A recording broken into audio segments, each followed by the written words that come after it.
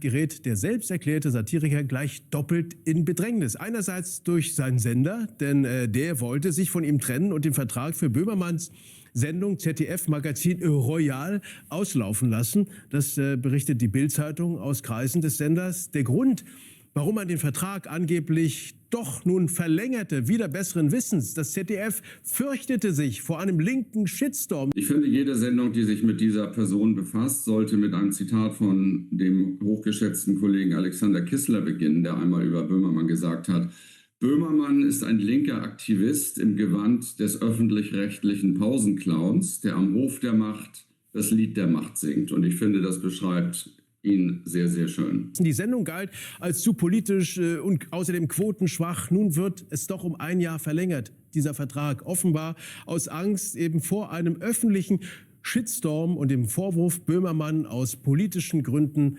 abzusetzen. Also das ZDF, und wir merken das gerade, hat offensichtlich keine Eier, will sich nicht angreifbar machen und verlängert nur deshalb den Vertrag mit Böhmermann. Ist das ZDF hier vor dem linken Mob in vorauseilendem Gehorsam, Max, deine Einschätzung, einfach schlichtweg eingeknickt? Oder ist diese These zu waghalsig? Sicherlich. Also es zeigt aber natürlich, dass es für Böhmermann echt wirklich richtig eng wird. Also die wollen ihn schon nicht mehr haben. Das spürt man ja jetzt. Dass sie ihn noch halten, ist ein Produkt purer Angst. Aber sie haben ja auch seine Sendung nun schon erheblich zusammengekürzt, von 33 auf 20 Folgen. Das ist ja jetzt wirklich nicht unerheblich. Also und was wir hier sehen, ist wirklich bemerkenswert. Böhmermann musste alle Konzerte absagen, weil er aus der eigenen Bubble deshalb dermaßen unter Feuer geraten ist, dass er gesagt hat, also gut, also Antisemiten ist doch blöd. Also das so. Und das reicht schon, um in seiner Blase dermaßen unter Feuer zu geraten. Ich möchte nur ganz klar sagen, ich bin ein Freund der Meinungsfreiheit. Er soll seine Sachen machen. Er hat mich mehrfach liebevoll auch berücksichtigt. Das ist alles in Ordnung. Ich finde nur, das sollte dann einfach im fairen Wettbewerb auf einem Privatfernsehkanal mit den entsprechenden Einnahmen durch Werbung meinetwegen stattfinden, aber nicht von meinem Steuergeld, dass man da einfach in einen fairen Wettbewerb tritt. Dann soll er machen, was er gerne möchte. Es ist aber durchaus bemerkenswert, dass Antisemitismus zu so einem festen Bestandteil des linken Themenkanons geworden ist. In den Postings, die du eben vorgelesen hast, war ja fiel das Wort Solidarität. Da habe ich mich gefragt, was für Leute sind das eigentlich gewesen, die da zu diesen Konzerten eingeladen wurden, die das Wort Solidarität im Kontext mit einer Veranstaltung in den Mund nehmen, die am Jahrestag des Massakers der Hamas stattfinden sollte. Dieses Datum ist ja beinahe schon so bekannt wie 9/11 und natürlich musste Böhmermann davon wissen oder Kenntnis davon haben, als er dieses Datum ausgewählt hat, was an diesem Tag geschehen ist. Das wusste er. Dazu hat er sich nicht geäußert. Ich glaube, er antwortet ja auch auf Presseanfragen der Bild immer nicht. War das als Provokation gemeint? Elmar Thewissen, der 100-fach Anlass gehabt hätte, sich zu entschuldigen, ist ja öffentlich so sehr unter Druck geraten, dass er sich jetzt für seine etwas zu faktische Formulierung. Ja, das war's, ja. Das ZDF das ja, dass falsche Tatsachenbehauptungen sind, etwas zu faktische Formulierung. Er hat sich dafür entschuldigt. Ich glaube, wir alle können uns so etwas bei Böhmermann gar nicht vorstellen, jedenfalls nicht aufrichtig, dass er sagt, das war ein Fehler. Dann würde er immer wieder einen seiner flachen Witze machen.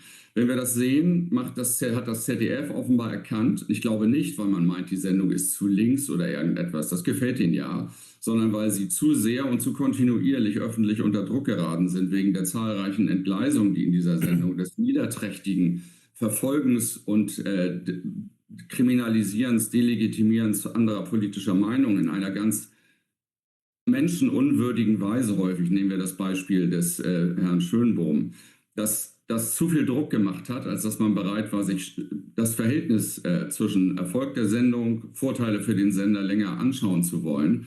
Und kaum sieht man, das könnte ja Kritik ausüben, tut man das, was man selber für richtig hält, nämlich die Sendung abzusetzen, nicht, sondern knickt ein. Böhmermann hat jahrelang Schindluder getrieben mit sogenannten Journalismus und er darf weitermachen.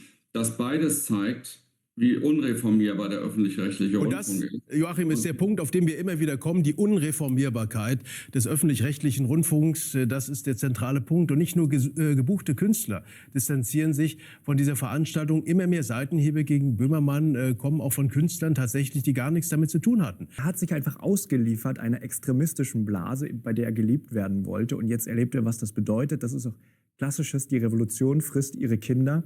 Also die Radikalisierung ist so weit fortgeschritten, dass jede minimalste Abweichung von diesem Zeitgeist und von der immer weiter ja laufenden Radikalisierung schon zum absoluten Ausschluss führt.